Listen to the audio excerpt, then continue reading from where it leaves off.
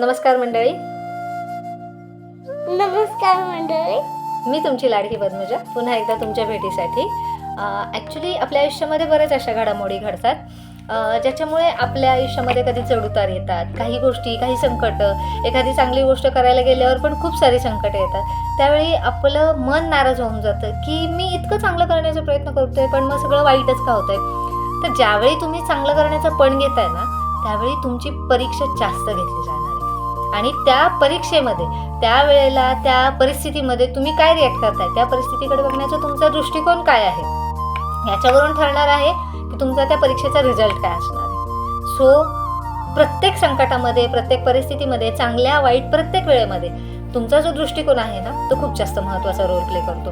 So तुम्ही नेहमी तुमचा दृष्टिकोन पॉझिटिव्ह ठेवा. आयुष्याकडे बघण्याचा एखादा प्रसंग आला आहे तर त्या प्रसंगाकडे बघण्याचाही तुमचा दृष्टिकोन पॉझिटिव्ह ठेवा. नक्कीच आयुष्यामध्ये गोष्टी पॉझिटिव्हच होत जाणार आहेत. आणि शेवटी ते एक स्वामींचं वाक्य आहे ना की अशक्य ही शक्य करतील स्वामी. तर फक्त विश्वास ठेवा आणि विश्वास ठेवून कुठलीही गोष्ट करा.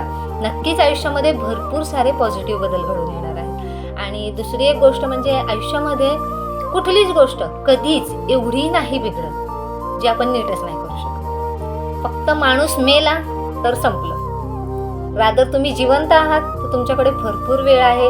भलेही तुमच्याकडे एक दिवस असेल ना तरी भरपूर गोष्टी तुम्ही नीट करून जाऊ शकता. भरपूर नाती तुम्ही रिपेअर करू शकता. काही नाती फक्त एका सॉरीच्या अपेक्षामुळे तुमच्यापासून वर्षानुवर्षे लांब राहिली असतील, ते सुद्धा तुम्ही नीट करू शकता. फक्त आपल्यामध्ये करण्याची धमक आणि त्या परिस्थितीकडे बघण्याचा पॉझिटिव्ह दृष्टिकोन असला पाहिजे.